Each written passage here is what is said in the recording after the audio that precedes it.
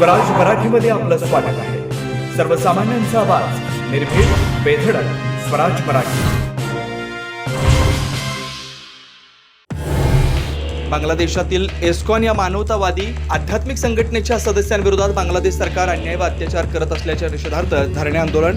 बालगंधर्व चौक येथे शिवसेना उभाटा शहराच्या वतीनं धरणे आंदोलन. बांगलादेश विरोधात घोषणाबाजी, मोदी सरकार केंद्र सरकार विरोधात घोषणाबाजी. पुण्यातील आंदोलनात शिवसेनेकडून बांगलादेशचा झेंडा जाळण्याचा प्रयत्न. मधुकर पिचड यांच्या निधनानंतर त्यांचं आज पार्थिव अकोले शहरातील त्यांच्या पक्ष कार्यालयापुढे ठेवण्यात आलं होतं. या ठिकाणी हजारोंची गर्दी त्यांच्या चाहत्या वर्गाची दर्शनासाठी झाल्याची पाहायला मिळाली.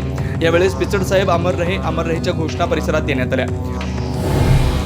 शरद पवार गटाचे नेते तथा माजी पालकमंत्री गुलाबराव देवकर हे लवकरच राष्ट्रवादी अजित पवार गटात प्रवेश करणार असल्याची माहिती राष्ट्रवादी अजित पवार गटाच्या सूत्रांनी दिली आहे. त्यामुळे आगामी स्थानिक स्वराज्य संस्थेच्या निवडणुका आधी राष्ट्रवादी शरद पवार गटाला मोठा धक्का मानला जातोय, तर दुसरीकडे अजित पवार गटाला काही प्रमाणात बळ मिळणार आहे. मुंबई पुणे जुन्या महामार्गावर मोठ्या प्रमाणात वाहतूक कोंडी. शेडूंग येथील दोन्ही टोल नाक्यांवर मोठ्या प्रमाणात वाहनांच्या लांबच लांब रांगा लागल्या.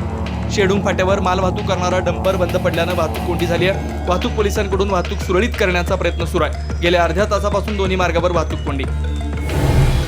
बीडच्या अंबाजोगाई येथील शासकीय स्वामी रामानंद तीर्थ रुग्णालयात बनावट औषधांचा पुरवठा करण्यात आल्याची धक्कादायक घटना उघडकीस आली आहे. या प्रकरणी सुरत आणि ठाणे या ठिकाणच्या चौघांवर गुन्हा दाखल झालाय. स्वामी रामानंद तीर्थ रुग्णालयाचा रुग्णांना मोठा आधार आहे, मात्र याच रुग्णालयात हा धक्कादायक प्रकार समोर आल्यानं मोठी खळबळ उडाली आहे. महाराष्ट्र शासनाने नेमलेल्या औषध पुरवठा कंत्राटदारानं बनावट औषधांचा पुरवठा केल्याचं अन्न व औषध प्रशासनाच्या तपासणीत उघड झालंय.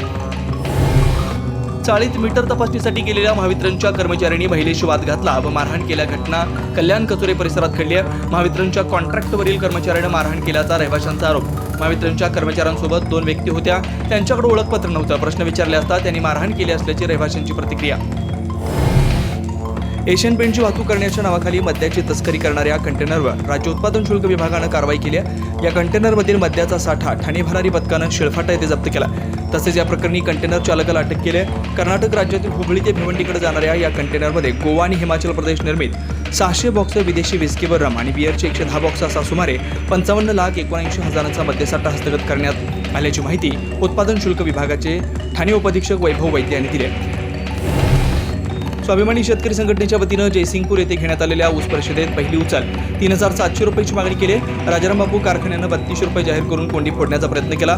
तीही अपुरी असून राजाराम बापूसह सर्वच कारखान्यांनी मागणीनुसार पहिली उचल जाहीर करावी, अन्यथा रस्त्यावर उतरावं लागेल असा इशारा स्वाभिमानीचे जिल्हाध्यक्ष महेश खराडे यांनी दिला.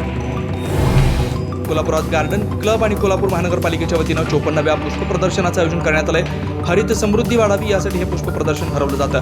1973 सालापासून ते आतापर्यंत अविरतपणे हे प्रदर्शन दरवर्षी आयोजित करण्यात येतं. कोल्हापूर शहरातील महावीर उद्यान या ठिकाणी दिनांक 6 आणि 8 डिसेंबर असं 3 दिवसीय प्रदर्शन आहे. यामध्ये गुलाब, विविध प्रकारची फुलं, पुष्परचना, कुंडीतील रोपे, फुले, पाणी व पाकळ्यांची रांगोळी, बुके, सॅलड डेकोरेशन, बोन्साय, मुक्तरचना, लँडस्केपिंग अशा स्पर्धा आयोजित करण्यात आल्याची माहिती गार्डन्स क्लबच्या अध्यक्षा पल्लवी कुलकर्णी यांनी दिली आहे. खारघर येथील भाजप नगरसेवकांनी नवी मुंबई महानगरपालिकेच्या मोरबे धरणापासून नवी मुंबईपर्यंत टाकण्यात येणाऱ्या नवीन पाईपलाईनच्या कामाला विरोध दर्शवत खारघर हिरानंदानी उड्डाणपुलाखाली काम बंद करत आंदोलन केलंय. नवी मुंबई महानगरपालिकेची जुनी मोरबे धरणाची पाईपलाईन कोपरा ठिकाणापासून भूमिगत करावी यासाठी खूप वेळा विनंती करण्यात आली, पण अजूनही ते झालेलं नाही.